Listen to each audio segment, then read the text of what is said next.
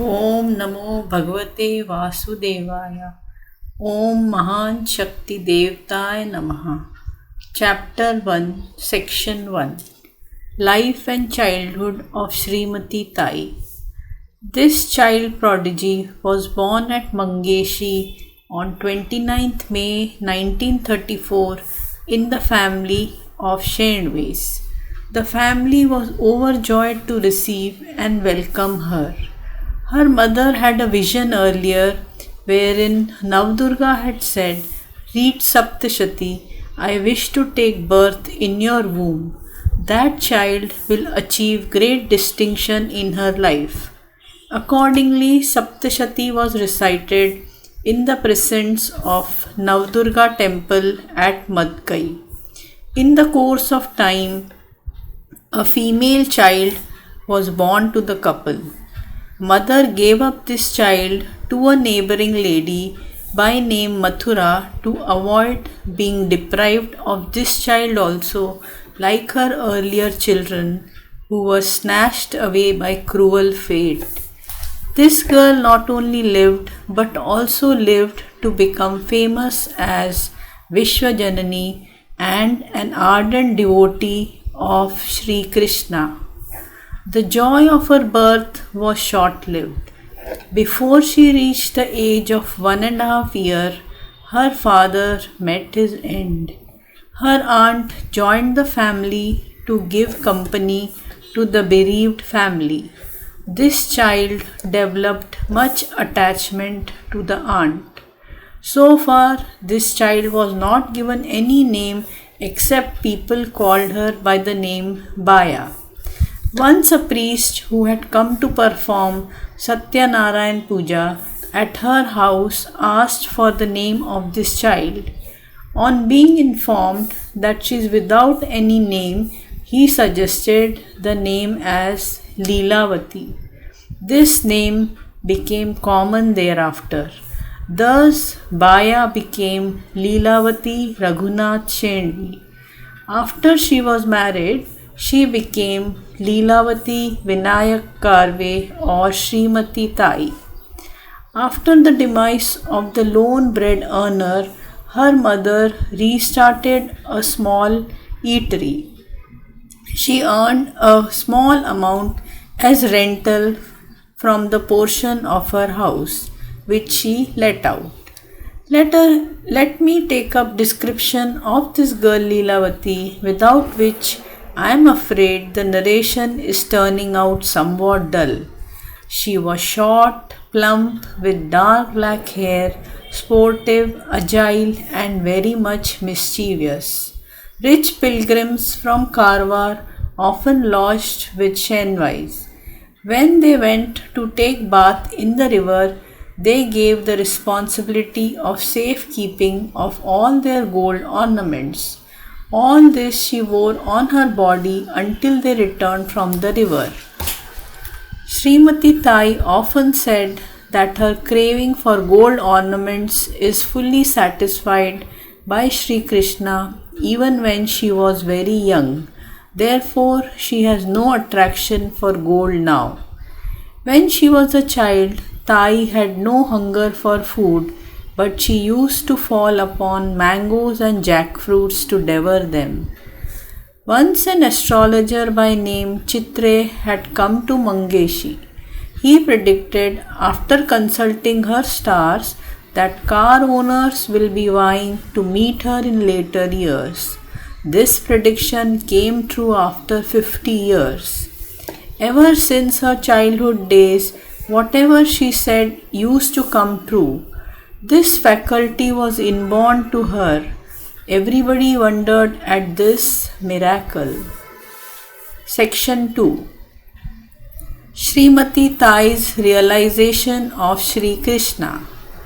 When Srimati Tai was just about 8 years old, a gentleman had occupied a room in her house on rental basis. He used to meditate all day long confined to his closed room.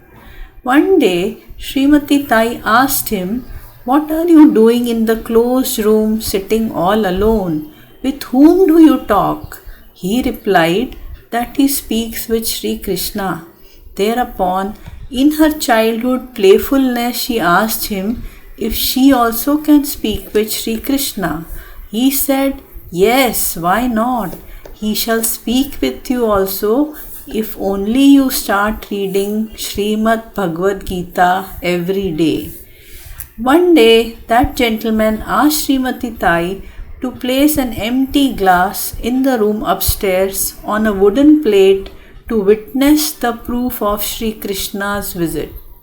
Srimati Tai readily agreed. She swept and cleaned the room and placed an empty glass on a wooden plate with her youthful enthusiasm and waited patiently for the miracle to take place. Soon after, a calf entered the house and straightway headed for upstairs. Shortly it descended and darted out. Srimati Tai ran upstairs to find the glass filled to the brim by udder fresh milk. She hurriedly finished drinking the milk as if with one gulp, also the water used for washing the glass. It was ecstasy. On another occasion, after a few days, she had a vision wherein she was told that Sri Krishna was to visit her house. Therefore, she cleaned up her room and placed a wooden plate. She waited patiently for his visit in great expectation. Soon she saw a brilliant ball of energy in the form of light enter through the window. "Do not touch it. You cannot tolerate the touch," was heard ringing in her ears. The brilliant light withdrew and went out through the window. On close inspection, she observed the feet of Sri Krishna implanted on the wooden plate. Her surprise knew no bounds. This wonderful impression lasted for months thereafter. This is how Srimati Tai came face to face with reality that Sri Krishna shows his living presence and is everywhere. Section 3. Navdurga became her mother. During her childhood days, Srimati Tai never missed the night aarti performed in Mangeshi temple. She did not bother about cold, wind and rains, but unfailingly attended the temple every day. One day it was raining very heavily, accompanied by thunder and lightning. Therefore her mother forbid her from going to the temple. But Srimati Tai did not deviate from her schedule and resolve. After the aarti was over, there was nobody who could accompany her back home. She was thus stranded. She shouted for her mother, but she could not be heard. Later, when the rain somewhat abated, she rushed home quite upset and angry. She questioned her mother's love because she had not come for her escort. She cried bitterly and was overcome by sleep. That night, Navdurga appeared in a dream at the break of dawn and embraced her. She said, "I am your mother now onwards. I take your responsibilities." Srimati Tai was thrilled to the core. As she got up, she ran to fetch sonchafa flowers. She prepared a garland and offered it to the goddess Navadurga. Her mother was pleased to hear that goddess Navadurga has taken upon herself the entire responsibility of Srimati Tai. In response to her worship, goddess Navadurga indicated her acceptance by showing her a tress of hair in the garland. Srimati Tai started showing maturity right from this day. She used to say, "Miracles occur to consolidate the faith of devotees." Can you say that the entire Krishna Karya of Srimati Tai is the result of her merit earned in one life only? No, it is the result of merit accumulated in a number of lives, may be running into a kalpa. Section 4. Helpful Nature, a Creed with Srimati Tai. The helpful nature of Srimati Tai is brought out in the following account. A certain family from Belgaon had come to stay at Mangeshi. It was a goldsmith family, but of late had gone bankrupt. They had one daughter.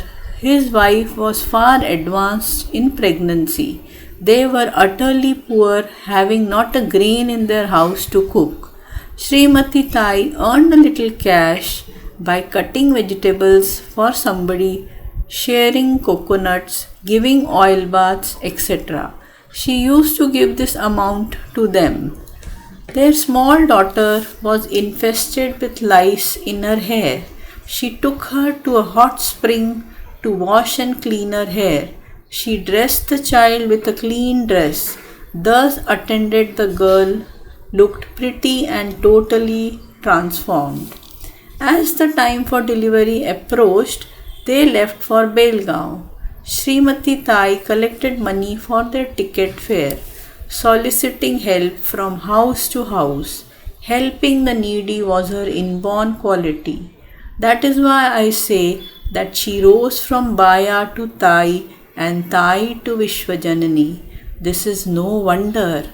I further say that she is the Balakrishna of Badlapur Kutir, who became Yogeshwar later on.